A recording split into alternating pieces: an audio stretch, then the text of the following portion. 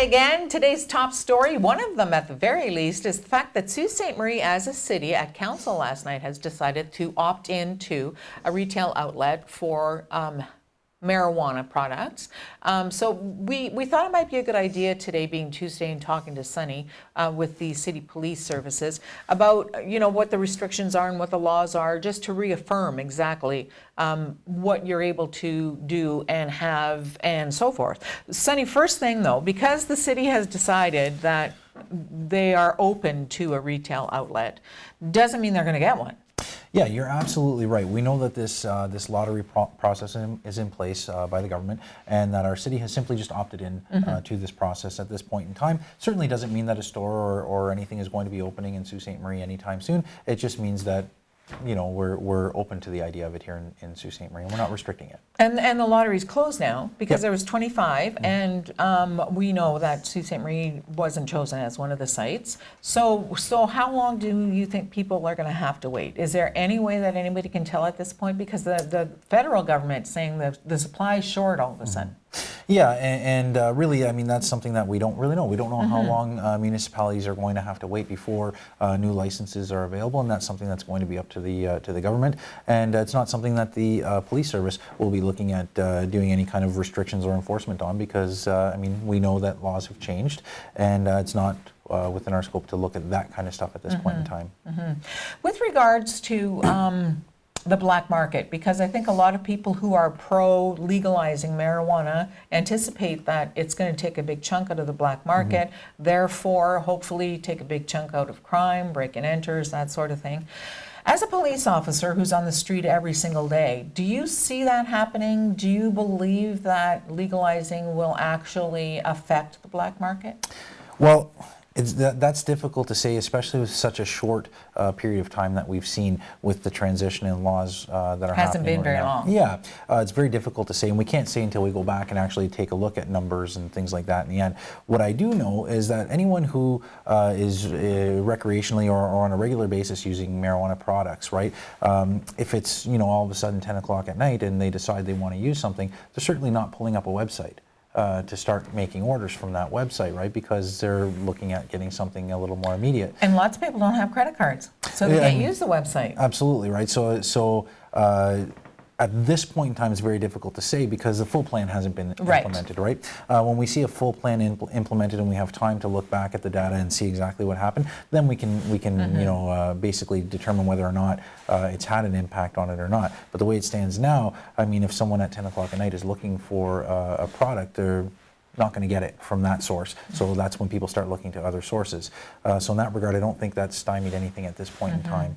And it's interesting because I think that a lot of people are sort of assuming that that's what's going to happen.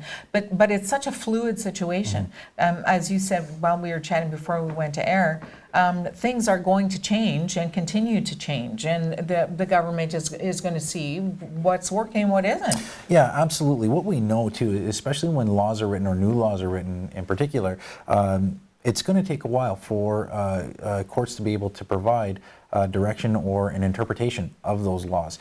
They certainly are written in a certain way, and until some of those cases or experiences have a chance to be tested through the court system, it's going to be very, very difficult for anyone who doesn't have an interpretation on that. So sometimes these things do take a little bit of time, and we have to basically, the job of the police is to look at the law the way it is written.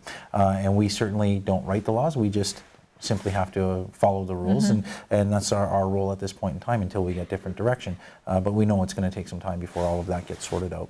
So talk about what we can have on us and where we can get it and how much we can buy and what we can buy. And I mean, we're hearing about gummies, we're hearing about candy, we're hearing about oil, we're hearing, oh my gosh, it's everywhere now. Yeah, and it is kind of difficult to understand because it is such a fluid model, right? It's not one strict amount that is said, here's what you can have and that's it. I know that things are changing over time, but as it sits right now, we have a bit of a chart, and if any viewers out there want it, certainly they can give me a call and I can share that chart with them. That tells them, awesome. Yeah, absolutely. What tells people what they can lawfully be in possession of. So when we talk about lawful possession as it stands right now, we're looking at 30 grams. 30 grams of dried marijuana, dried cannabis per individual. That's what you're allowed to have. That's what the law right now says that you can have. But when you look at that, they have something that's called equivalent amounts. And what an equivalent amount is basically different forms or different types of cannabis, and how much of that amount would be the equivalent of 30 grams of dried. So for example, you have 30 grams of dried, or there's fresh cannabis. What the law says is that 5 grams of fresh cannabis is equal to 1 gram of dried. So if you do 5 times 30, you're allowed to have 150 grams of fresh cannabis in your possession. And as things change, we look at things like non-solids or liquids that can contain cannabis. That's a quite different number. It's a 70-to-1 ratio. So 70 of the liquid to 1 gram of dried. So now you're looking at 2,100 grams of the liquid. And even further, if you get into concentrates, some people do create concentrates. It's at a 0.25 to 1 ratio. So you're at a 7.5 So what does total. a concentrate look like?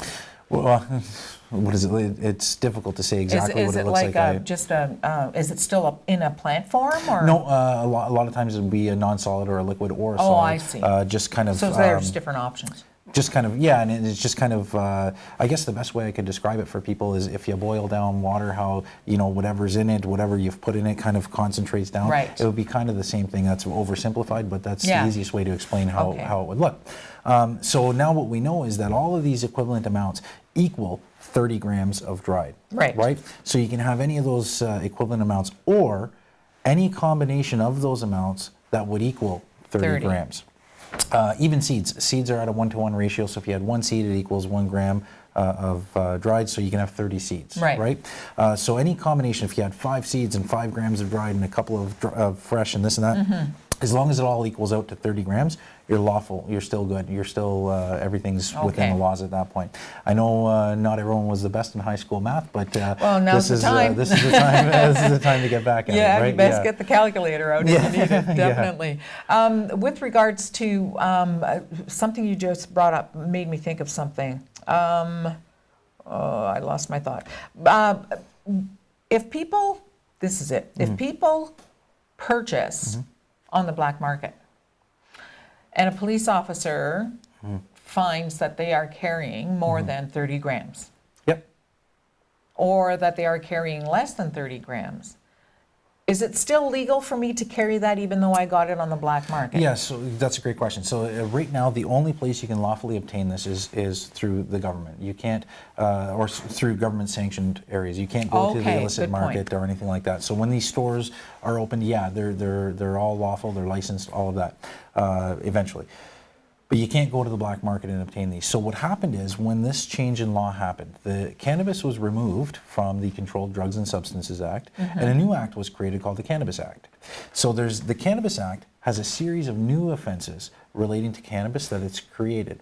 Some of those offenses are unlawfully selling and those kinds of things, and that's something that we can easily share with individuals as well if they're looking to be a little more informed. I can get a chart of those offenses ready for folks, and they can see exactly what it is. That's awesome. And I mean, something as simple as not selling to minors, and minors not being, a lot of these laws don't really have, a lot of these amounts don't have anything to do with minors, because you still can't have it there. There's one kind of small exemption in there, and I don't really know what it's for, but it's I think it's 5 grams for minors that they can be in possession of, but they can't obtain it in any way. There's no way that they can purchase it, they can't be given it, and they can't go and find it somewhere and take it. So the bottom line is, don't have it if you're a minor. Yeah, you know what, it's so not worth it, right? Absolutely. When you talk about information, and you've mentioned a couple of times during this interview that you have charts, and I think that a lot of people didn't realize that there is information that they can actually call the police for. I think a lot of people are thinking now that it's a government situation, so now they have to go to the government, and lots of people don't do that. They don't have the internet. They don't want to go through the trouble, so they can actually call the police station. Absolutely. We're not going to try and hoard information and not keep people informed. We want to make sure that everyone's, when they're making decisions, that they're making them in the most informed manner that they can. One of the greatest examples is when there was a transition to legalization here, some people felt or thought that they can now consume at work or at school or all everywhere, these different places. walking around, Absolutely. So it's really important to know that those rules don't really change with regards to your workplace or your school or anything like that. If your school has said or your workplace has said you have to come in, fit for duty, that means you can't come in under the influence of alcohol, you can't come in under all influence of any drugs. So the simple fact that there was legalization doesn't mean you're allowed to go out on your smoke break at work and start consuming. Right.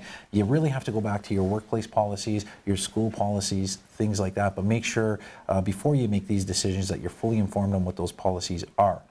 In the meantime, certainly if we're aware of information and people have questions about what an offense might be, we always encourage them to call us, and we'll give them the most information that we can so that they can be informed when they make these decisions. And I think it's probably the best tool to have with regards to such a fluid new law in Canada and in Ontario, is to be informed. Education will help. Absolutely, and I was in high school not that long ago myself. Oh, come on, it was a while ago.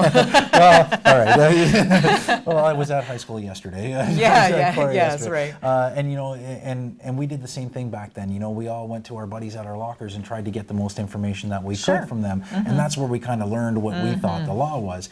And I mean, fast forward a couple of years, I become a police officer, and I learned how wrong I was back in high school to think some of the things that I had thought, or some of the things I learned Right. from the locker lawyers, as we used to call them. The right? locker lawyers, I love it. Yeah, so we would much rather have people come to us and get accurate information so that they can make their decisions. We don't want people learning on the street or from non-credible sources, the way we did back when we were in high school, right? Yeah, for sure. So yeah, we would much rather them come to us and get that. Awesome. Well, thank you so much. It's always good to see you on It's a always great to Tuesday, be- Mr. Spina. Always great to be here. We'll be right back after Top Story, right after this.